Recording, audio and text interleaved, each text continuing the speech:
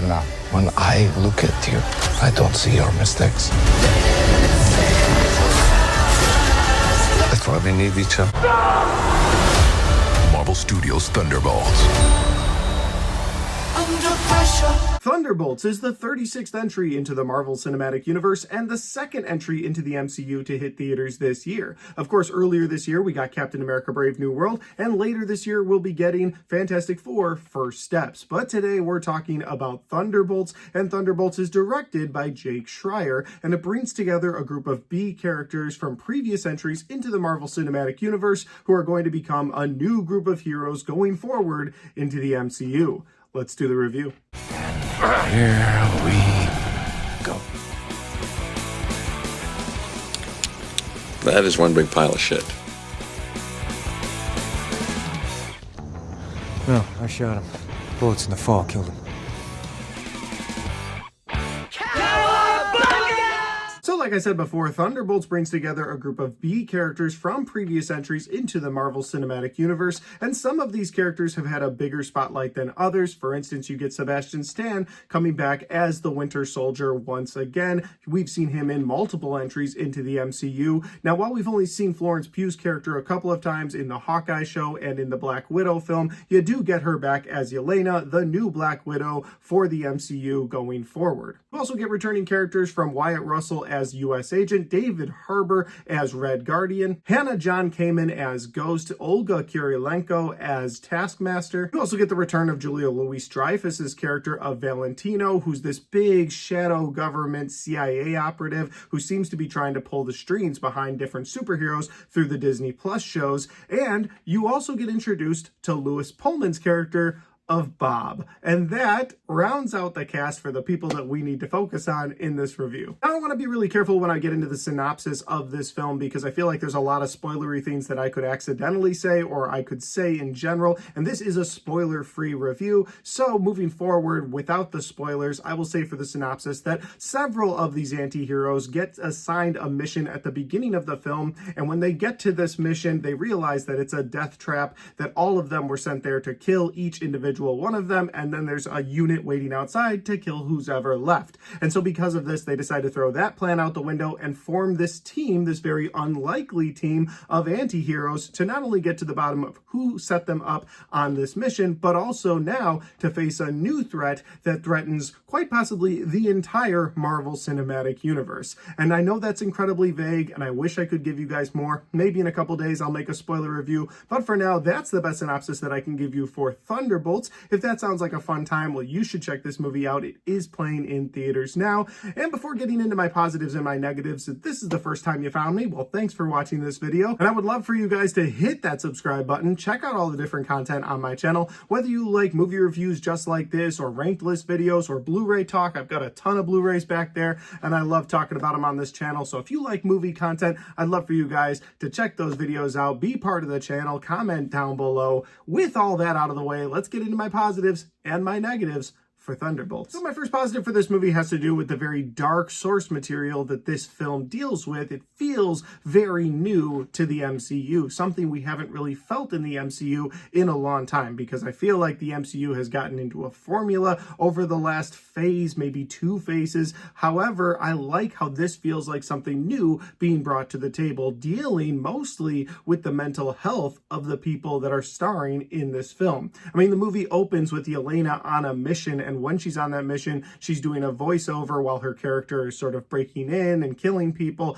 and it really tells how desperate and alone she really feels. And you kind of feel that through the rest of the characters in this movie. U.S. Agent has also not had a good go of it since the events of Falcon and Winter Soldier. You don't really get to live with these characters after those shows or movies end, so you don't know what's going on in their heads, but this movie really brings to the forefront their emotions, their mental health, and it felt like something new being entered into the MCU. If you remember in those first early phases, like phase 1, phase 2, we got different kinds of entries into the franchise. Winter Soldier introduced sort of a spy thriller into the MCU, and that was fun to get new entries. And while this movie isn't entirely new and you're not dealing with new characters, you are getting something new, and that is characters dealing with the emotional stress of the things that they do. A lot of these characters have done dark things in their past, and they're they're trying to go on a redemption arc, especially a character like Bucky in Captain America Civil War. You find out that he killed Tony Stark's parents,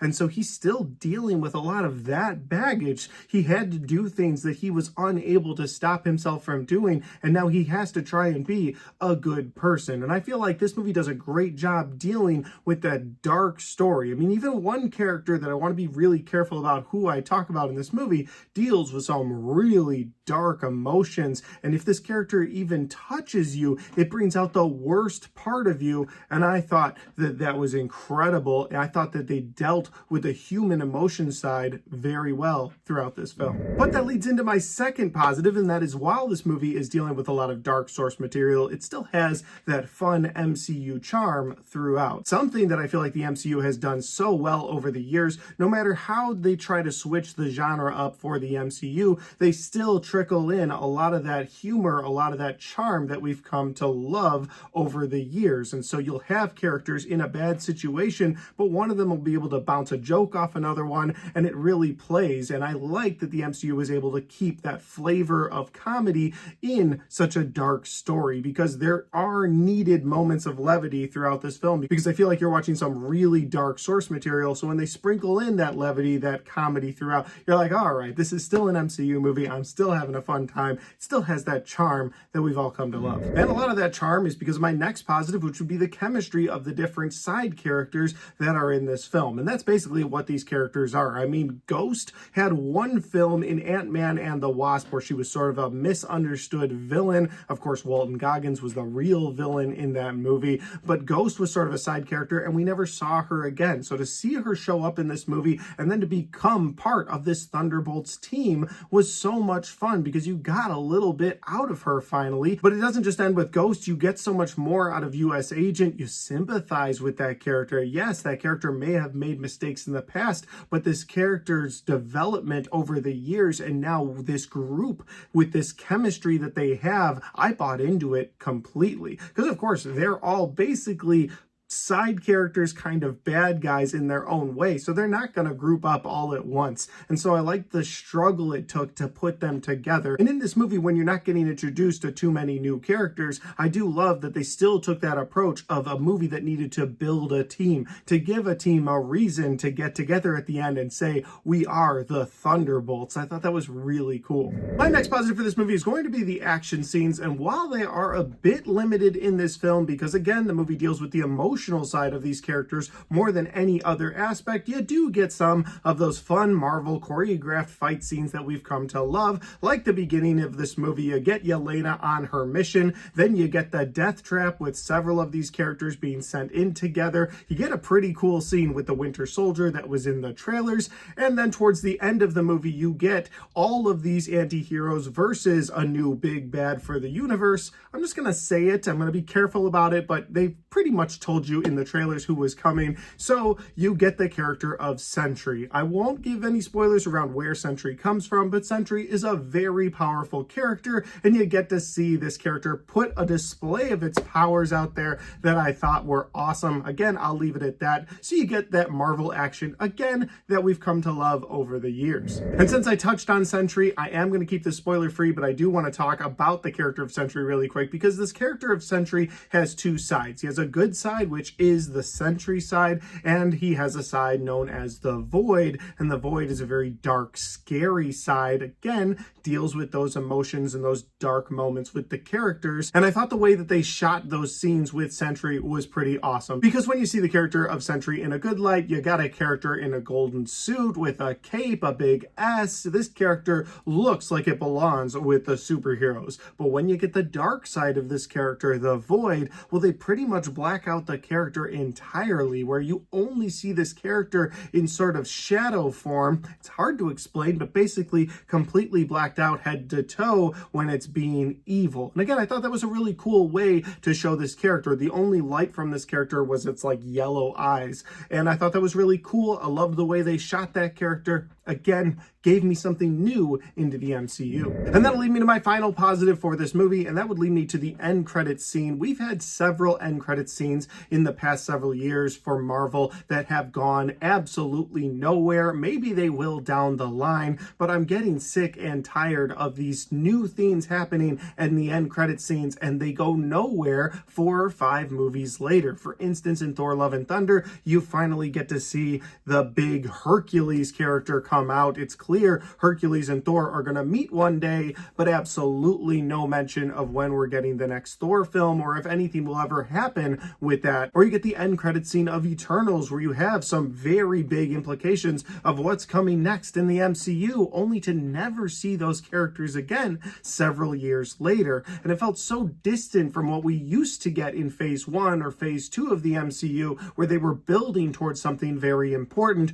or at least just setting up the next movie. And I'm very happy to say that this is in my positives, because this end credit scene very much so sets up the direct next entry into the franchise, like those earlier phase 1 and phase 2 movies. I remember at the end of Iron Man 2 when Thor's hammer was just sticking out of the ground, and that was the end credits teaser to the next film. I remember that being so awesome, and I couldn't wait to see Thor when it came out in theaters. And so going back to the end credits scene of Thunderbolts, when you get to that end credits scene, it directly sets up the next entry into the MCU. I'll leave out what it is because spoilers, but it's really awesome, and I loved what they did with it. Well, that'll lead me over to my negatives, and my first big negative for this movie is that there never feels like a real big bad threat in this film. Yes, the character of Sentry / the Void is in this movie, and yes, that is someone that stands in the way of these Thunderbolts, but at the end of the day, that character is very tied to the Thunderbolts in that all of them are sort of overcoming their emotions. They're overcoming these dark places in their lives. It's almost like that overcoming these dark places is the villain of this film. Yeah, it is new, and that was in my positives, that it felt fresh into the MCU, but without a main antagonist, it didn't feel as threatening. And I guess there's a case to be made that Julia Louis-Dreyfus's character of Valentina could be considered the biggest bad guy in this film, but even at one point, she has a point to make where she goes, as a kid, I thought there were good guys and bad guys. As an adult, as someone who's experienced life up to this point, I realized that there's bad guys and there's worse guys. And so you have to decide which team to be on. And with that kind of logic, I was like, well, damn, you're not really the villain either. So there doesn't seem to be a central villain to unite these heroes. Yes, some things happen that helps unite these heroes, but again, it was just missing something. It had like sort of a hollow center to this film because it was missing a main antagonist that you could really rally behind all of these other characters to overcome. And my other negative for this movie is, again, I liked how it felt fresh into the MCU, and this does feel like a standalone into the MCU. But we are 36 movies into the MCU. We are in the middle of the multiverse saga, and this movie has very little to nothing to do with the multiverse. And I feel like this is another misstep by Marvel by having another big entry into their universe that doesn't deal with the multiverse. This is another entry into the universe that deals with the standalone because they can't figure out the broader universe. It feels like Marvel has missed a step since the Infinity Saga ended. I mean, through the Infinity Saga, you had hit after hit after hit leading up to one of the biggest box office successes of all time in Avengers Endgame. It culminated 10 years of crafting a story, and since Endgame, it feels like they're just throwing darts at a wall, and this movie is no different. Again, it's got a lot of positives. It feels like a standalone film, but is a standalone film exactly what we want or need in the middle of a multiverse saga? It's not our fault as viewers that everything happened with Jonathan Majors and they went away from the Kane storyline. Of course, they've talked about Robert Downey Jr. coming back as Doctor Doom in Avengers Doomsday down the line, so I know eventually we'll get back to this multiverse saga, but the way the MCU has been dropping movies lately where it's like, this has absolutely nothing to do with the multiverse, this one kind of does, this one has nothing to do with it, this one kind of does, and it boggles my mind that Marvel has misstepped so badly when trying to build this multiverse saga. I don't know if that's completely a negative on this film or if it's just me, a fan of the MCU, griping that we get yet another standalone movie that, again, has very little to nothing to do with the multiverse in general. But those negatives are my personal negatives. I know a lot of people are going to disagree with me. They liked the standalone feeling of this movie, and while I did like that feeling, again, I just wanted a little bit more into the broader multiverse saga that we're supposed to be in. Overall, though, I had a really fun time with Thunderbolts. It's a movie that I will go back to. It's a movie I'll buy on 4K and place on those shelves back there. I absolutely loved the characters in this film. I loved the team building in this film. I laughed a lot. I got emotional with this movie, and the ending, they kind of explain to you why this movie was called Thunderbolts with an asterisk on it, and I love what they're doing with that as well. So I think there's great things to come with the MCU. I just think that they are just now starting to get their footing back, and I hope that the next entry, Fantastic Four First Steps, is a home run out of the park. I really do. I want to go to a Marvel movie and feel like I need to immediately go back again. This movie wasn't quite that for me, but again, it's a movie I will watch in the future. But guys, those are just my opinions because this is my review for Thunderbolts. Guys, have you had a chance to see this movie yet? If you have, let me know in the comment section down below. Let me know what you liked about it, what you didn't like about it. Maybe you watched this movie and you thought it was one of the best entries in a long time. Maybe you watched this movie and you weren't a big fan at all. I'd love to know all those comments in the comment section down below. And finally, guys, if you like this video, don't forget to hit the like button because it helps the video, it helps the channel, and it helps me right here. Thanks for watching, and I'll see you next time.